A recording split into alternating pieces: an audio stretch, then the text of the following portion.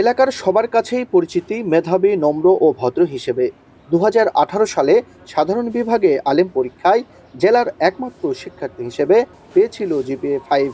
ঢাকা বিশ্ববিদ্যালয়ের লোকপ্রশাসন বিভাগে ভর্তি হয়ে ১৮-১৯ সেশনের শিক্ষার্থী হিসেবে উচ্চশিক্ষা শুরু করেন।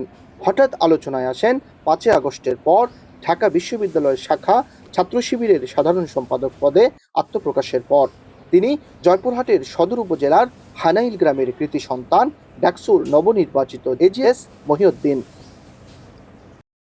তার কৃতিত্বে উচ্ছ্বসিত জয়পুরহাটবাসী। ঢাকা ইউনিভার্সিটিতে এজিএস হওয়ার পর থেকে পুরো এলাকা জুড়ে তার নিয়ে খুব আলোড়ন সৃষ্টি করছে। যেহেতু ব্যাপারটা আমাদেরও ভালো লাগছে যে এখান থেকে একজন ঢাকা ইউনিভার্সিটির মতো জায়গাতে নেতৃত্ব দিচ্ছে। আমাদের মহিউদ্দিন সে আজকে ঢাকা ইউনিভার্সিটিতে সে নেতৃত্ব দিচ্ছে। আমরা তার জন্য দোয়া করছি, সে আরো তার সফলতা এবং তার কল্যাণ তার জীবনে বয়ে আসুক, সেই এলাকার মানুষ আমরা সকলে মিলে সেই প্রত্যাশাই করছি। অবসরপ্রাপ্ত মাদ্রাসা শিক্ষক আব্দুল মাবুদ খানের ৩ সন্তানের মধ্যে মহিউদ্দিন সবার ছোট।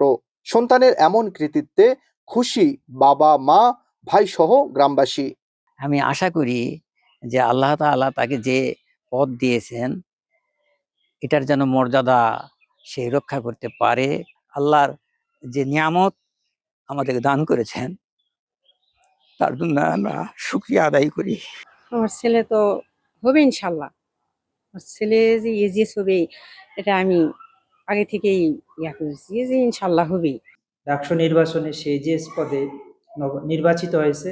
আমরা তাকে ধন্যবাদ জানাই, সাধুবাদ জানাই, এবং সে দেশ ও জাতির জন্য একজন সুনাগরিক হিসাবে, দায়িত্বশীল হিসাবে দেশ জাতির কাজ করবে, কল্যাণে কাজ করবে, এটা আমরা আশা করি।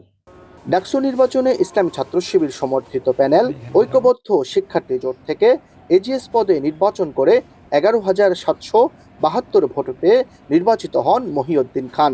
তার নিকটতম প্রতিদ্বন্দ্বী ছাত্রদলের প্যানেলের তানভীর আল হাদি মায়েদ পান ৫,০৬৪ ভোট।